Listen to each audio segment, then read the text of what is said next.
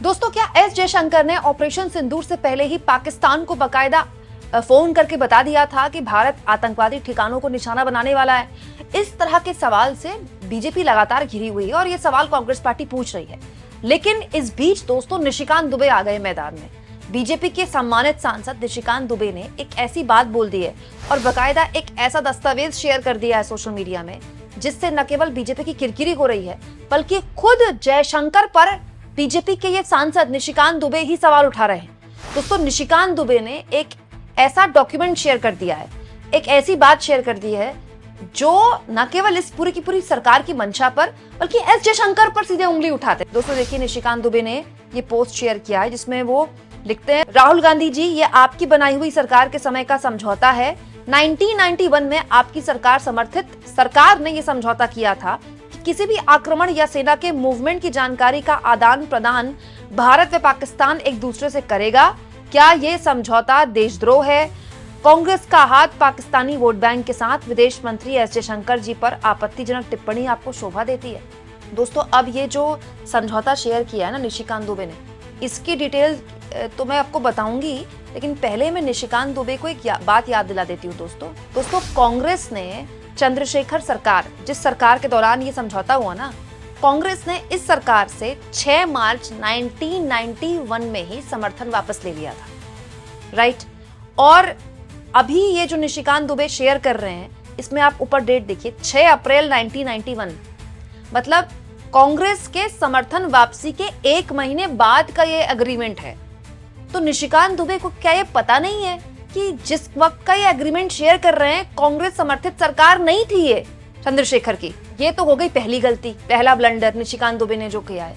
दूसरा, निशिकांत दुबे जिस एग्रीमेंट को शेयर कर रहे हैं, 10वीं का बच्चा भी होगा ना दोस्तों, तो इस एग्रीमेंट की डिटेल्स को पढ़ लेगा। पहली लाइन में ही लिखा हुआ है, agreement on advance notice on military exercises. मतलब ये जो एग्रीमेंट हुआ है 6 अप्रैल 1991 में भारत और पाकिस्तान के बीच, मिलिट्री एक्सरसाइजेस जब करेंगे ना दोनों देश, या फिर अपने ट्रूप्स को इधर से उधर करेंगे, तो ये बात दे हैं एक दूसरे को जानकारी देने के लिए। यहां तो मिलिट्री एक्सरसाइज थोड़ी हुई थी। ऑपरेशन सिंदूर में शुरुआत में भारत ने केवल आतंकी ठिकानों को निशाना बनाया था। मिलिट्री ठिकानों को तो भारत ने, जो पाकिस्तान के एयरबेसेस तबाह किए 11, वो तो बाद में किए, जब पाकिस्तान ने जुर्रत की हम पर अटैक करने की। पहले तो हम आतंकवादी ठिकानों को निशाना बना रहे थे। तो जब आतंकवादी ठिकानों को निशाना बना रहे थे तो वो इस एग्रीमेंट में कैसे आता है? और दोस्तों तीसरा सबसे महत्वपूर्ण सवाल, इस एग्रीमेंट को शेयर करके क्या निशिकांत दुबे ये कह रहे हैं, इस बात को स्वीकार कर रहे हैं कि इस एग्रीमेंट के तहत एस जयशंकर ने, विदेश मंत्री ने पाकिस्तान को इत्तला की कि हम आपको बता रहे हैं कि हम आपके आतंकवादी ठिकानों को निशाना बनाने जा रहे हैं और आपने नहीं माना, इसीलिए हम ये एक्शन तो करेंगे ही करेंगे। मतलब 3 रीजन मैंने आपको बताए। ए, जिस वक्त ये एग्रीमेंट हुआ उस वक्त कांग्रेस समर्थित सरकार नहीं चल रही थी। 2, ये एग्रीमेंट ट्रूप्स के इधर उधर होने में या फिर मिलिट्री एक्सरसाइजेस होने में है। 3, ये कहकर क्या निशिकांत दुबे साबित कर रहे हैं कि इस एग्रीमेंट का पालन करते हुए एस जयशंकर ने पाकिस्तान को कहा कि हम आपके आतंकी ठिकानों को निशाना बनाएंगे। दोस्तों ये बात कांग्रेस और बीजेपी की नहीं है। दोस्तों इस तरह की बातें बोलकर निशिकांत दुबे भारत सरकार को नुकसान पहुंचा रहे हैं, भारत को नुकसान पहुंचा रहे हैं। पूरी दुनिया में हमारे डेलीगेशंस जा रहे हैं, इसमें विपक्षी सांसद भी हैं, सत्ता पक्ष के सांसद हैं, कई पूर्व डिप्लोमैट्स हैं। वो क्या बताने की कोशिश कर रहे हैं? वो यही बताने की कोशिश कर रहे हैं ना कि ये पाकिस्तान जो है आतंकी मुल्क है और इसका जो आतंकवाद है पिछले 30 साल से भारत को जख्म दे रहा है, और जो ऑपरेशन सिंदूर हमने किया वो केवल आतंकी ठिकानों को हमने निशाना बनाया। बाद में पाकिस्तान ने जवाब दिया, इसलिए हमने उसका मुंह तोड़ा, उसकी नाक तोड़ी। यही तो तरीका है ना, यही तो उद्देश्य के साथ हमारा डेलीगेशन जा रहा है। आप उस डेलीगेशन के उद्देश्य को नुकसान पहुंचा रहे हैं। आप ये बता रहे हैं कि हमने तो ऑपरेशन सिंदूर किया तो इस एग्रीमेंट के तहत किया। ये कितनी गलत बात है दोस्तों। अब बताइए दोस्तों, विपक्ष का कोई नेता ये करे तो वो देश विरोधी, और सत्ता पक्ष का नेता खुद ये कह रहा है, तो सत्ता पक्ष का नेता यानी कि निशिकांत दुबे, सत्ता पक्ष के सांसद जो कि बीजेपी आला कमान के बहुत खास हैं, तो निशिकांत दुबे ये बताएं कि क्या ये तर्क देकर वो ये ऑथेंटिकेट कर रहे हैं, क्या वो साबित कर रहे हैं कि विदेश मंत्री एस जयशंकर ने किया था फोन? और अगर ऐसा था तो ये बहुत ज्यादा गंभीर है दोस्तों। आप किसकी सच माने? विदेश मंत्रालय जो बोल रहा है उनकी सच माने, या भारत सरकार के जो सांसद है उनकी सच माने? कितनी अजीब बात है दोस्तों। आप पूरी दुनिया में नैरेटिव स्थापित करना चाहते हैं, पहले अपने देश में तो नैरेटिव स्थापित कर दीजिए। क्यों दोस्तों ये क्यों हो रहा है? क्योंकि विदेश मामलों को लेकर हमारे देश में हद दर्जे की पॉलिटिक्स हुई पिछले 10 सालों में, लेकिन पॉलिटिक्स के साथ साथ नॉलेज तो है ही नहीं दोस्तों। अब निशिकांत दुबे ने गलती करी तो कांग्रेस पार्टी ने पकड़ लिया। सुप्रिया श्रीनेत ने देखिए लिखा है, चलो इस बार आपकी जहालियत दिखाते वक्त बीजेपी ने यह मान लिया कि विदेश मंत्री जयशंकर ने पाकिस्तान को हमारी सेना के आक्रमण की अग्रिम जानकारी दी। जिस अग्रीमेंट का ब्यौरा डिग्री दुबे दे रहे हैं वो शांति काल के लिए था, युद्ध की स्थिति में मुखबिरी करने के लिए नहीं। और आखिरी बात, राजीव गांधी जी ने चंद्रशेखर जी की सरकार से 6 मार्च 1991 को ही समर्थन वापस ले लिया था। यह अग्रीमेंट 6 अप्रैल 1991 का है। सही बात है दोस्तों, इस अग्रीमेंट में साफ लिखा है कि यह शांति काल का वक्त था, लेकिन वो शांति काल तो नहीं था ना।